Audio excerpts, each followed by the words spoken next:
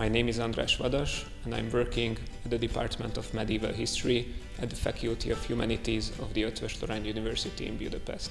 My research focuses on the environmental and climate history of the Middle Ages and the early modern period in Europe, mostly focusing on the Carpathian Basin. I became interested in how the presence of the Ottomans shaped the broader environment of the Carpathian Basin.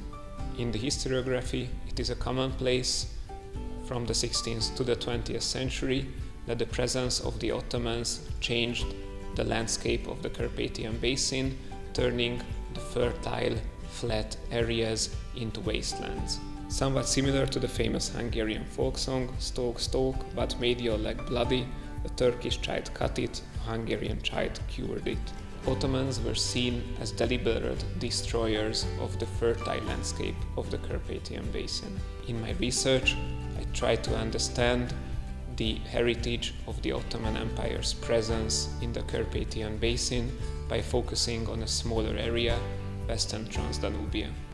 I have based my research on a group of evidence seldom used in environmental history research, that is, private letters. In 2017, thanks to a Fulbright postdoctoral research scholarship, I had a chance to work at Georgetown University for 5 months, which is one of the most important centers of environmental history research.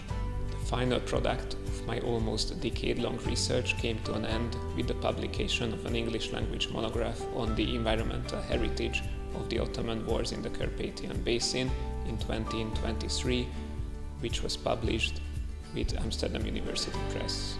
In this book, I argued that the Ottoman military campaigns might have affected the landscapes rather on a local scale, while on the long run, two major landscape changes should be considered. First, change in the extent of temporarily or permanently flooded and water-covered areas in the central plain areas of the basin. And second, a change in the extent of forested areas, probably a decrease, but not very significant, along the frontier lines, and an increase in the areas which lost their populations during the presence of the Ottomans, such as southern Transdanubia. None of these two changes can be directly associated with the presence of the Ottomans, and in fact, the practices on both sides of the frontier, so the Ottoman and the Hungarian side, were fairly similar. In coming to these conclusions, I had to integrate very different data sets coming from written sources, archaeological evidence, pictorial and iconographic evidence, maps, as well as ethnographic evidence from the 16th to the 19th century.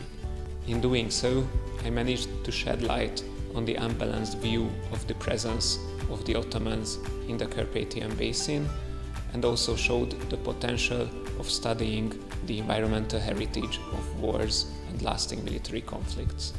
The research showed major gaps in the environmental history of towns, the ways they shaped their environments, the ways they were supplied, and second, an almost complete gap in understanding early modern forestry. This is the time when the finiteness of wood as a resource became evident in almost every early modern European polities, which led to a conscious and completely different management of forested areas all throughout Europe, a management of which we know very little. In the coming years, I plan to focus my research on these two areas, the history of urban environments and the history of early modern forestries.